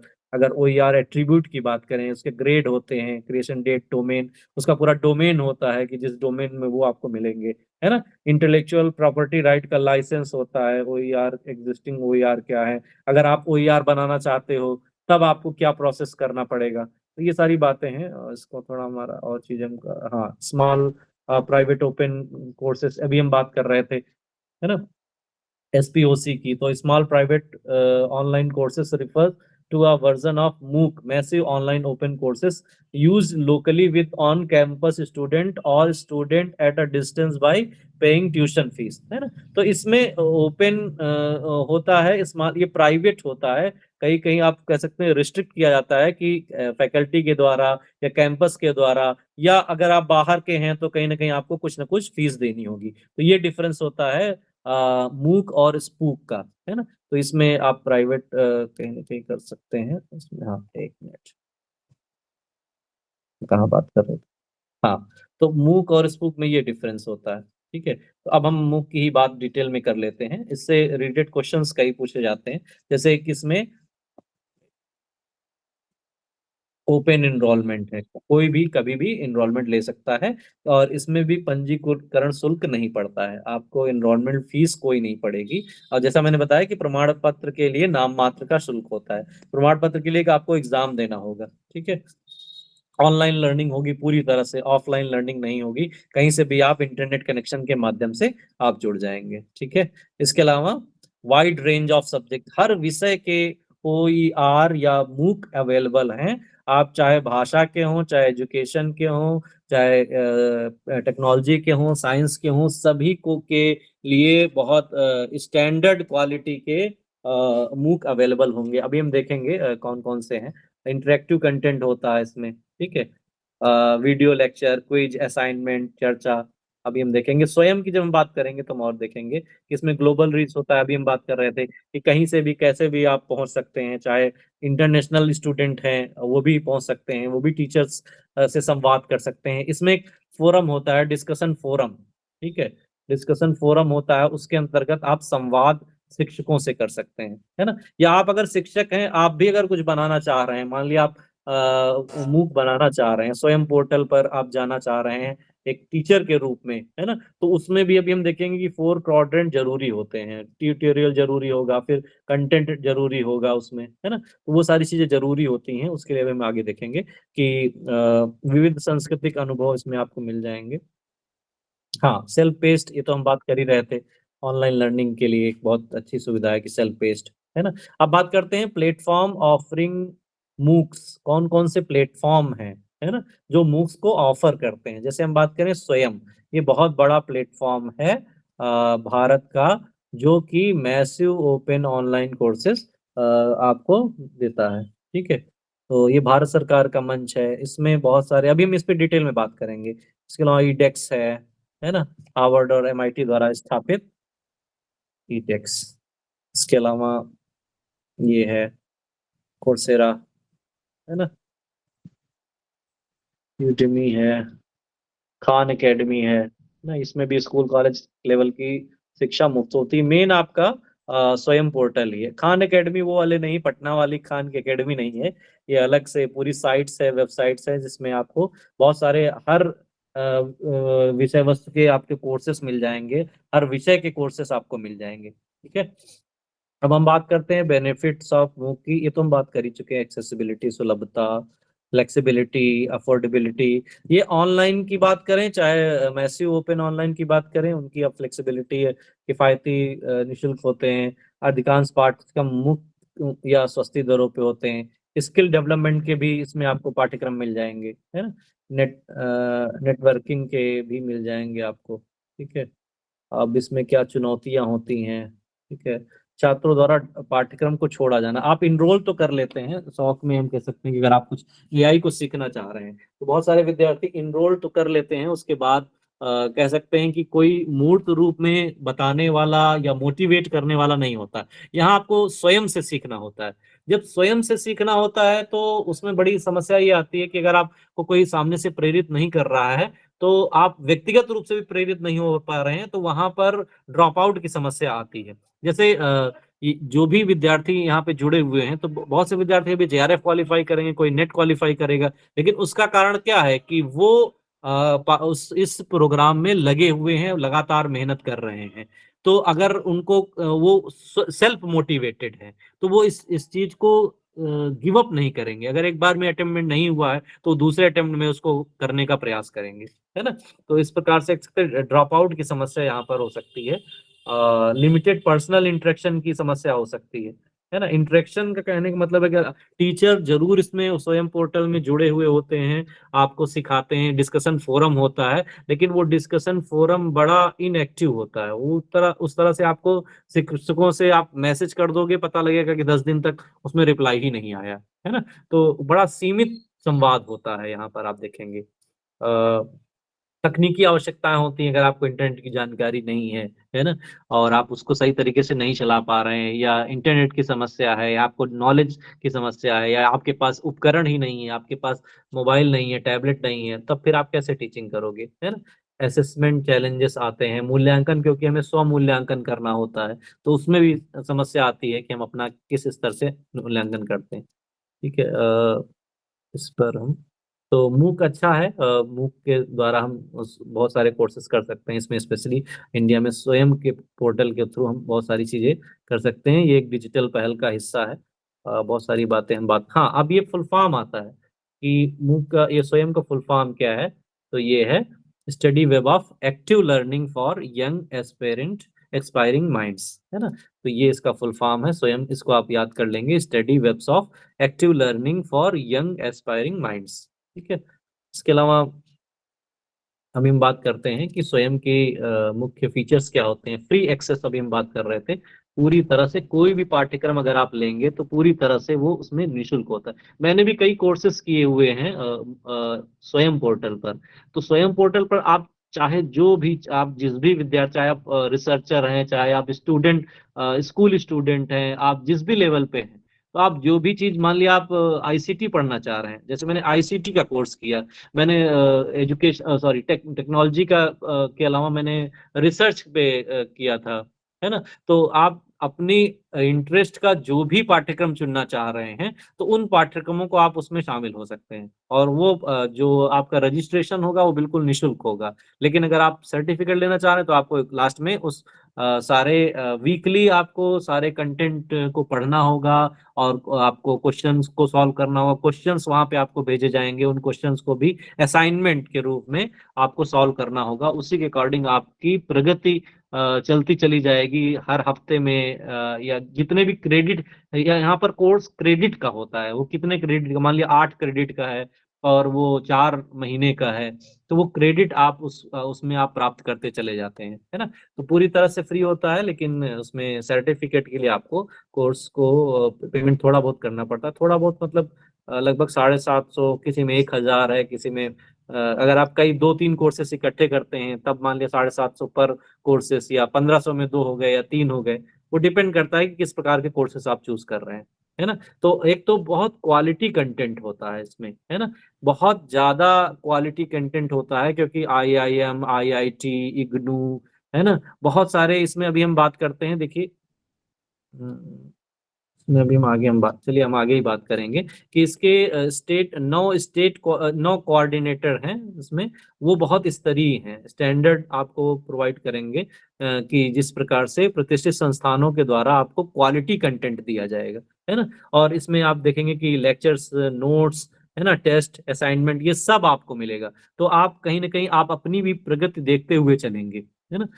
Multiple discipline covered, अलग अलग विषयों को हम कवर कर सकते हैं, स्कूल को, इंजीनियरिंग, कला, विज्ञान, हम बात कर रहे थे अभी, हर विषय को आप कवर सकते हैं, प्रबंधन, अध्ययन कौशल, है ना। इंटरेक्टिव लर्निंग, इसमें हमने बात किया कि इंटरेक्टिव लर्निंग होती है, हम शिक्षकों से सीधे सवाल, डिस्कशन फोरम के माध्यम से हम शिक्षकों से सीधे सवाल कर सकते हैं, कि अगर हमारा कोई प्रश्न है तो हम उनसे डायरेक्ट पूछ सकते हैं कि ये जो कंटेंट है, इसमें 5वां वीडियो है, 5वें वीडियो में जो आपने ये बात कही है मुझे नहीं समझ में आई, आप बता सकते हैं। आप मैसेज डाल सकते हैं उसमें, तो यहाँ तक को कांटेक्ट करने की भी बात होती है, लेकिन उसमें बहुत सारी बाध्यताएं आ जाती हैं, जैसे प्रोफेसर या जो भी कंटेंट क्रिएटर होते हैं उनसे संपर्क करना बड़ा कठिन कार्य बाद में हो जाता है। प्रारंभ में तो मैसेज के रूप में आप कर सकते हो, लेकिन वो प्रोसेस थोड़ा अभी और यहाँ पर सुधारने की आवश्यकता है ना। तो वो आप पूछ तो सकते हो, लेकिन उसकी बहुत सारी अभी भी बाध्यताएं हैं। इसका जो जो डिस्कशन फोरम है, अभी हम बात कर रहे थे, मैंने भी जब किया था तो डिस्कशन फोरम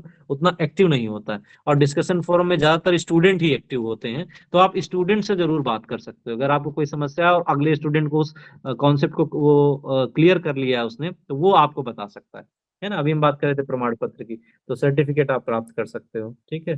प्रमाण पत्र को शैक्षिक और दोनों में मान्यता है। हाँ, ये मेन है, इससे क्वेश्चंस पूछे जाते हैं कि उसके नेशनल कोऑर्डिनेटर, तो स्वयं के 9 राष्ट्रीय समन्वयक हैं, या नेशनल कोऑर्डिनेटर हैं। इनको आप याद कर लेंगे कि वो कौन कौन से नेशनल कोऑर्डिनेटर हैं। ये नेशनल कोऑर्डिनेटर के द्वारा अलग अलग कोर्सेज का ऑर्गेनाइजेशन किया जाता है, अलग अलग कोर्सेज प्रोवाइड किए जाते हैं। जैसे all India council for technical education, तो ये तकनीकी और व्यावसायिक पाठ्यक्रम आयोजित करता है ना, मुख्य रूप से इंजीनियरिंग और मैनेजमेंट के स्टूडेंट के लिए।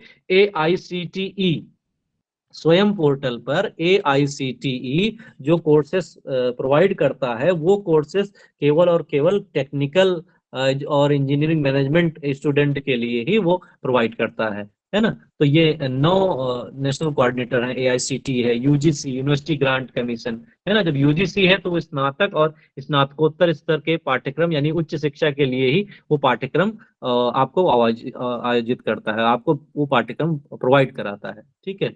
इसके अलावा CEE है, ये भी आपके जो नॉन टेक्निकल हैं UG और PG के, है ना, इनको आपको प्रोवाइड कराता है। इसके अलावा NCERT है ना। क्वेश्चन में आ जाएगा कि निम्नलिखित में से कौन नेशनल कोऑर्डिनेटर नहीं है। तो अगर आपको 9 पता है तो आप उनमें से लगा सकते हैं कि NCTE भी है। NCTE क्या दे रहा है? स्कूल के स्तर की पाठ्यक्रम दे रहा है। आप स्कूल में हैं तब भी आप कहीं ना कहीं उस कोर्स को कर सकते हैं। CBSE अन बोर्ड के हैं। NIOS national institute of open schooling, ये भी अलग अलग कोर्सेज प्रोवाइड कराता है। इग्नू की काफी अच्छे कोर्सेज, ICT का बहुत अच्छा इग्नू का डेवलप किया गया है। इसके अलावा IIM 20, Indian institute of management, IIM Bangalore, ठीक है, IIM बंगलौर प्रबंधन और व्यावसायिक काउंसिल पाठ्यक्रम किए गए हैं व्यावसायिक और पेशेवर छात्रों के लिए। National institute of technical teachers training and research, ये टीचर्स के लिए ट्रेनिंग करने के लिए NITTR प्रोवाइड कराता है। इससे भी मैंने एक कोर्स किया था, है ना। तो अलग अलग कोऑर्डिनेटर यहाँ पे आप देख सकते हैं, शिक्षकों और प्रशिक्षकों के लिए प्रशिक्षण पाठ्यक्रम यहाँ पर होता है ना।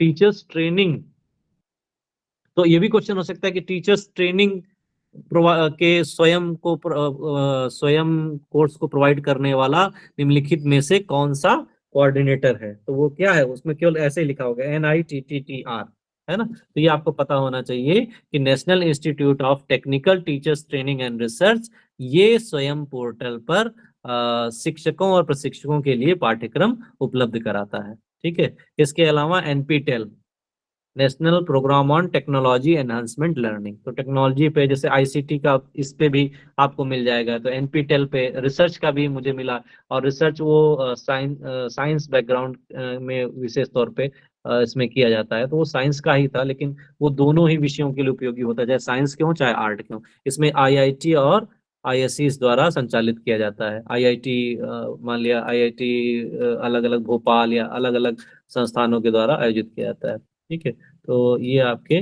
9 नेशनल कोऑर्डिनेटर जो कि स्वयं पोर्टल पर ऑर्गेनाइज करते हैं, ठीक है।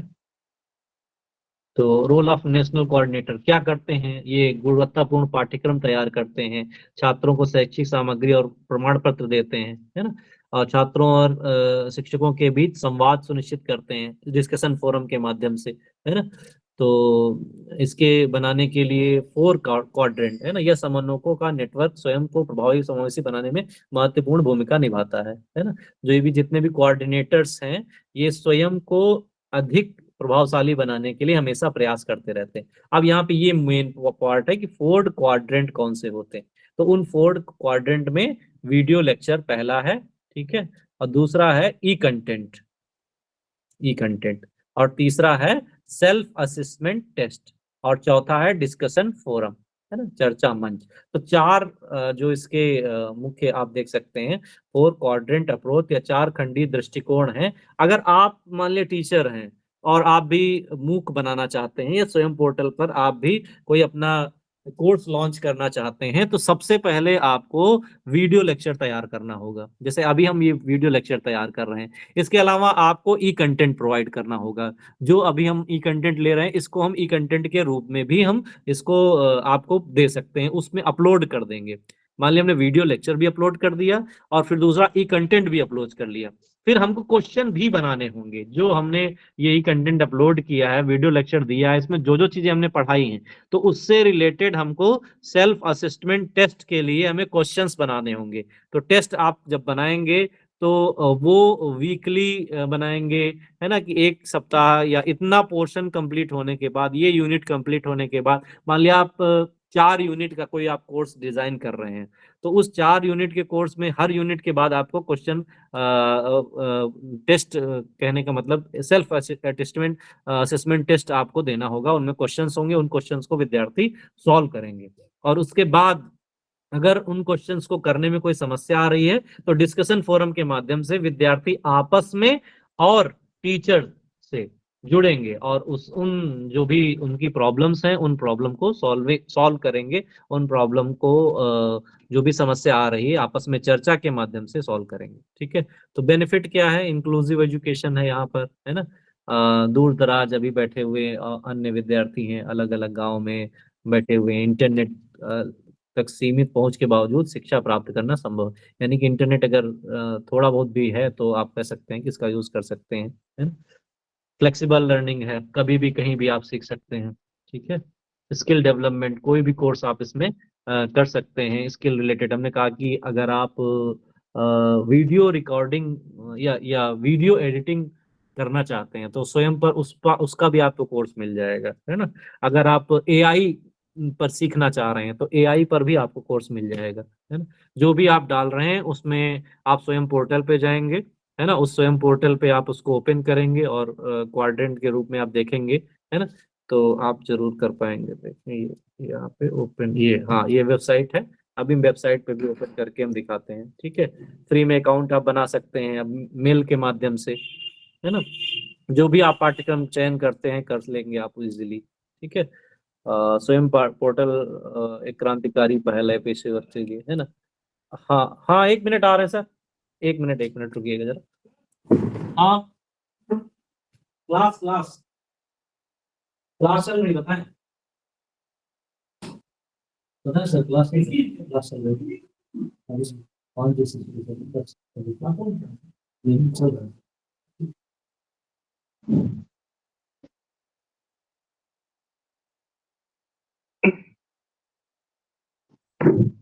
तो हेलो, मेरी आवाज आ रही? जी सर।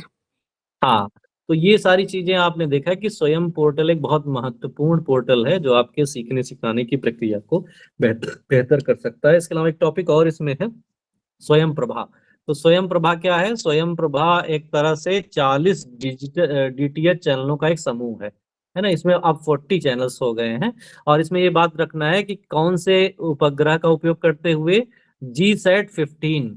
इसको आप याद करेंगे कि 40 चैनल है करंट में, पहले कम थे, अब करंट में 40 डीटीएच चैनलों का एक समूह है जो GSAT-15 उपग्रहों का प्रयोग करते हुए 24/7 यानी कि 24 घंटे सातों दिन इसके आधार पर उच्च गुणवत्ता वाले शैक्षिक कार्यक्रमों का प्रसारण किया जाता है इसमें। और हर दिन में कम से कम 4 घंटे के नई सामग्री आपको प्राप्त होगी, जिसे दिन में 5 बार दोहराया जाएगा, है ना। और जिसे अपनी सुविधा के अनुसार आप देख सकते हैं। तो इसमें देख सकते हैं कि BISGEM एंड गांधीनगर से लिए गए हैं सामग्री। इसकी IIT, UGC, CEC, इग्नू द्वारा प्रदान की जाती है। इनफ्लिप नेट केंद्र वेब पोर्टल का रखरखाव करता है ना। तो ये सारी चीजें स्वयं प्रभा के बारे में आपको थोड़ा पढ़ना होगा, हम इसको आपको दे देंगे तो आप पढ़िएगा थोड़ा और चीजें। लेकिन मुख्य रूप से मेन जो पॉइंट है ये आपका इसमें है कि स्वयं प्रभा डीटीएच चैनलों का एक समूह है, और GSAT उपग्रह का उपयोग करके हर दिन 4 घंटे की इसमें सामग्री आपको मिलती है, अलग अलग चैनलों के माध्यम से। जो भी आपका चैनल आपके रिलेटेड है ना, तो उस रिलेटेड चैनल से आप करके कर सकते हैं। ठीक है, तो मैं थोड़ा आपको दिखाना चाह रहा हूँ स्वयं।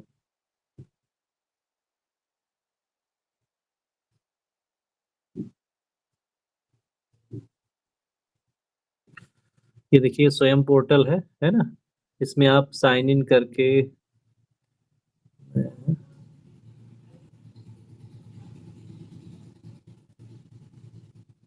मैं अपना साइन इन कर रहा हूँ, मैं आपको दिखाता हूँ कैसे इसमें क्या चीजें होती हैं। बस मैं खत्म करूंगा ये माई कोर्सेस। ठीक है, अब देखिए मैंने ये कोर्सेस यहाँ पे किए हुए हैं। ठीक है, या आप पहले ऐसे देखें कि आप इसको सर्च कर सकते हैं कुछ, जैसे ये मेरा तो इसमें लॉगिन है, इसमें मैंने इसमें माई कोर्सेस, ये आपको दिख रहा है ना, माई कोर्सेस।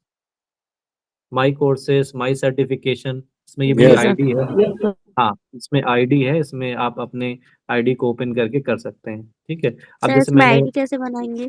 हाँ, इसमें मेल आईडी आप बना सकते हैं, मेल आईडी से अपनी, एक मिनट, हाँ, जैसे हमने ओपन करना चाहा, मान लीजिए, फिर से हम बैक जाते हैं, हमने स्वयं पोर्टल ओपन करना चाहा, ठीक है। अब हाँ, यहाँ पे मेरा आईडी लॉग आउट करते हैं, इसको रुकिए, ठीक है। तो आप अपनी मेल आईडी से जो है इसमें लॉग इन कर सकते हैं, साइन इन या रजिस्टर। तो साइन इन अगर आपने पहले से कर रखा है, अगर आपके पास पहले से अकाउंट आपने बना रखा है, नहीं बना रखा है तो आपको रजिस्ट्रेशन करना होगा, उसमें सामान्य डिटेल आपको अपनी भरनी होगी, ठीक है? उस डिटेल में भरने के बाद आपका अकाउंट बन जाएगा, फिर उस अकाउंट में फिर आपकी मेल आईडी से ही सारी चीजें वो होने लगेंगी। अब मान लिया मेरा मेल आईडी लॉगिन हो गया, केवल और केवल आपको मेल आईडी के उपयोग होती है, एक रजिस्टर करना होगा, तो उसमें सामान्य सूचना होगी, वो रजिस्टर करके आप कोई भी कोर्स को कर सकते हैं। अब इसमें मान लिया हम एजुकेशन या हम आईसीटी का कोर्स करना चाह रहे हैं, आईसीटी, ठीक है।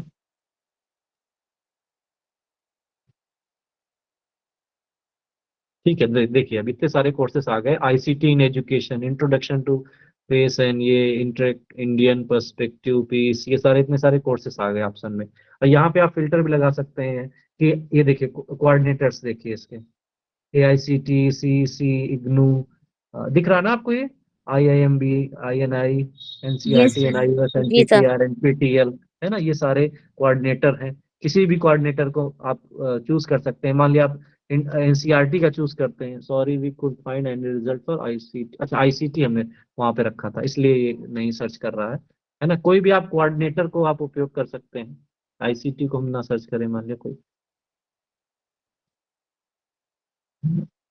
यहाँ पे जा रहे हैं। हाँ, तो अब इसमें देखिए बहुत सारे कोर्सेस आ गए, 3D printing and design for educators.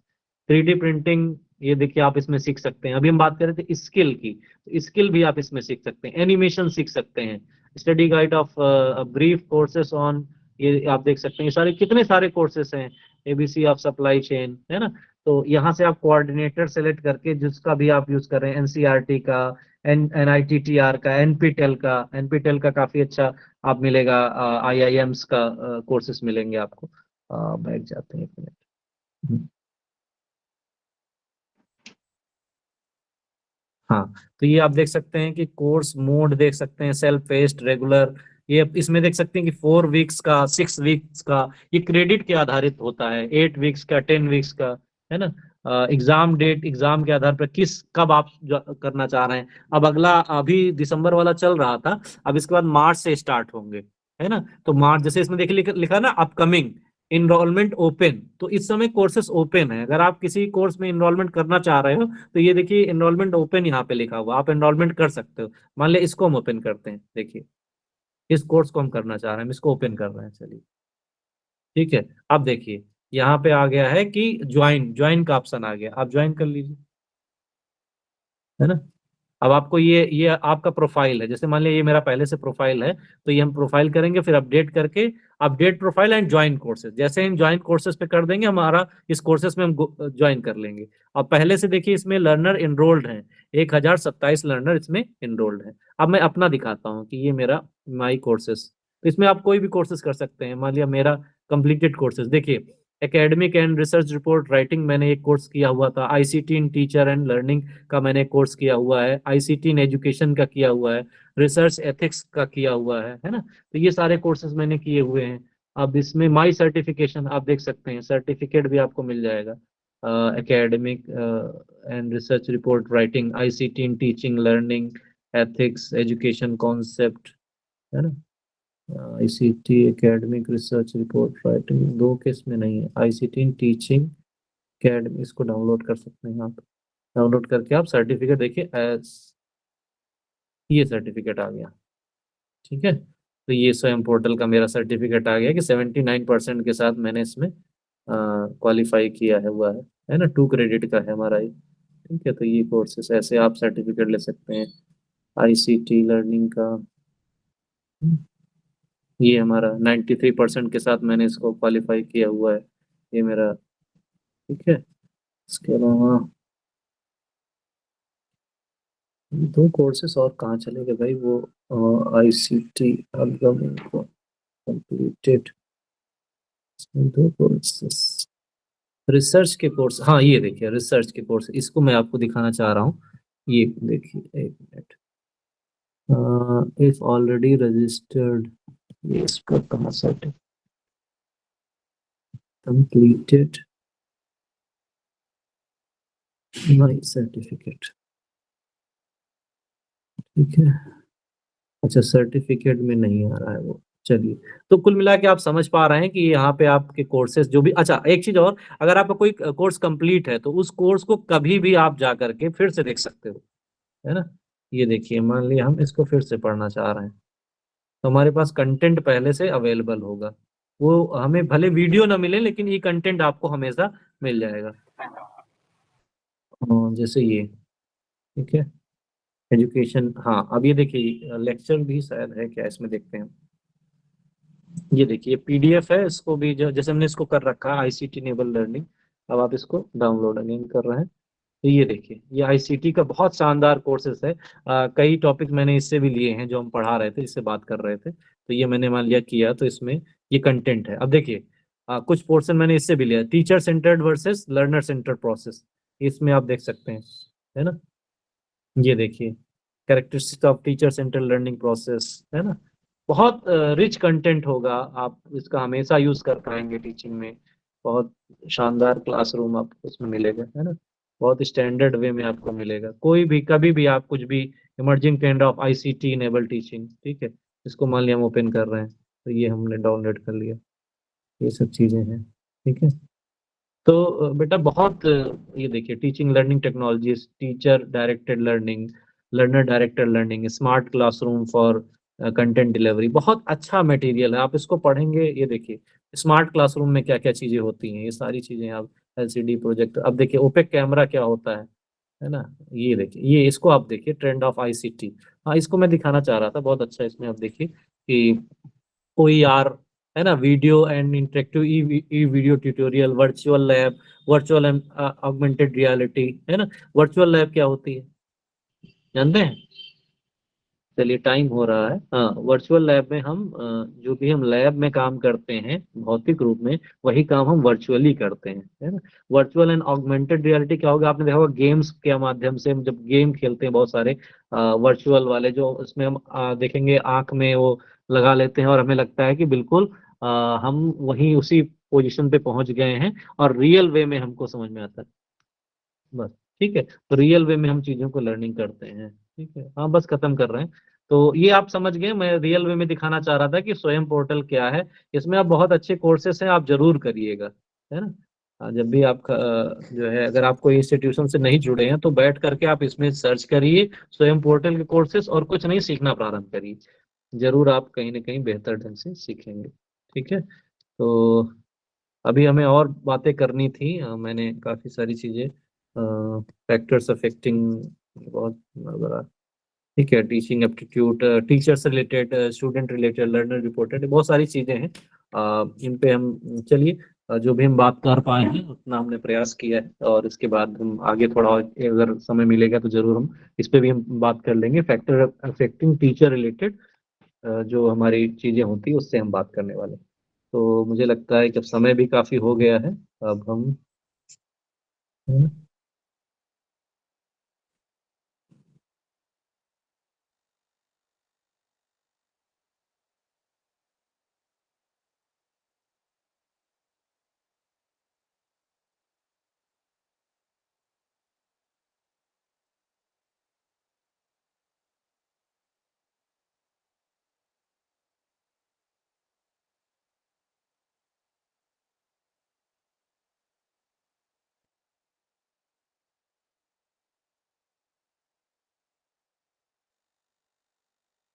काफी समय भी हो गया, समय भी काफी अब हो गया है, तो अगर आपका कोई प्रश्न है तो आप प्रश्न पूछ सकते हैं।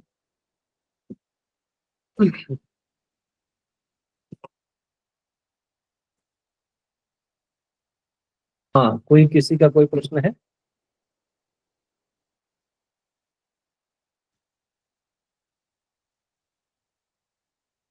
मेरी आवाज आ रही है अब तो?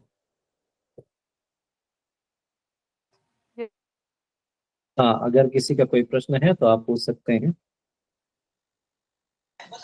ये सर मेरा क्वेश्चन था कुछ।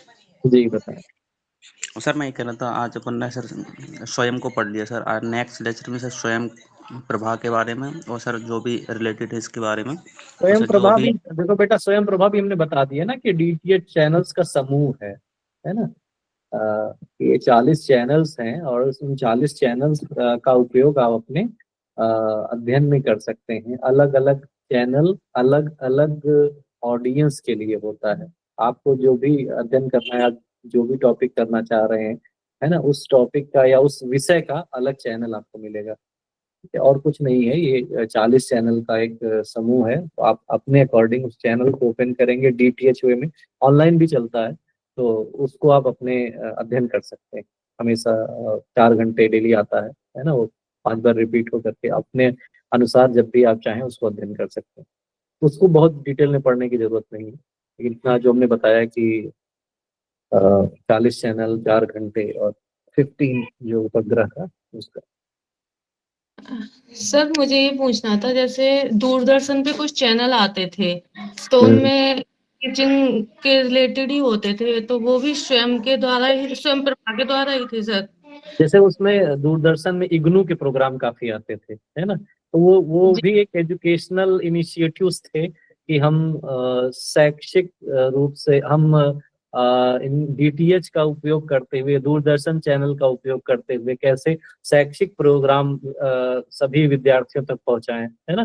जैसे जब कोरोना हुआ तब भी DD1 पे भी या नेशनल चैनल पे या अन्य चैनल पे भी कुछ खूब सारे एजुकेशनल प्रोग्राम आने लगे, है ना। तो वो एक अलग चीज है और ये एक अलग चीज, लेकिन सबका उद्देश्य मुक्त अध्ययन, ओपन लर्निंग है। सीखना और सिखाने की प्रक्रिया को आसान बनाना सर और इसमें सबको अगर कोई विद्यार्थी कोर्स तक। चॉइस नहीं करे और सिर्फ ऐसे ही वीडियो पर देखे तो?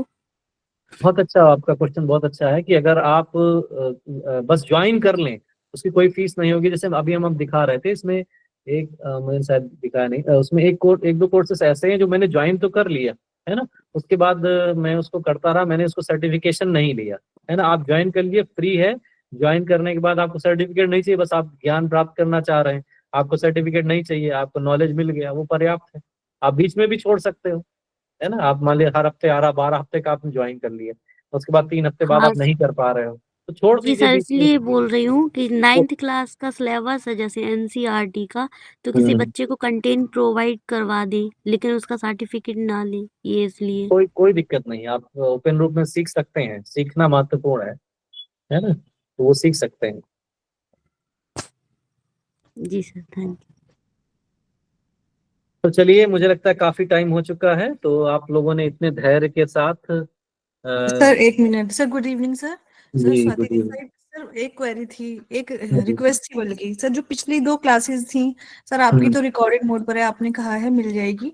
तो सर जो डॉक्टर अखिलेश प्रताप सिंह सर ने जो क्लासेस ली थी सर, वो नहीं आप अभी हाँ, वो देखिए अभी बहुत ज्यादा व्यस्तता थी और हमारे टीचर्स में भी, रॉबिन सर भी व्यस्त रहे हैं, बड़ा समस्या थी। तो आज भी मुझे ये हुआ कि लेक्चर कई दिन से नहीं हो पा रहे हैं, तो मैंने कहा मैं खुद आकर के करूंगा और मैं कोशिश करूंगा आज ही रात तक आपको एक वीडियो जरूर मिल जाएगा और जी कल कल दोपहर तक आपको दोनों वीडियो मिल जाएंगे। ठीक है, थैंक यू। वो भी रिकॉर्ड हुए थे और उनको हम डाउनलोड करके अपलोड करने का, थोड़ा लंबा प्रोसेस होता है, तो वो प्रोसेस करने का समय नहीं मिल पाया था। तो अब मैं जरूर आज रात तक आपको एक लेक्चर जरूर उसका मिल जाएगा आपको। एक बात सर, आज वाली आपके कंटेंट की पीडीएफ और प्रीवियस पीडीएफ जो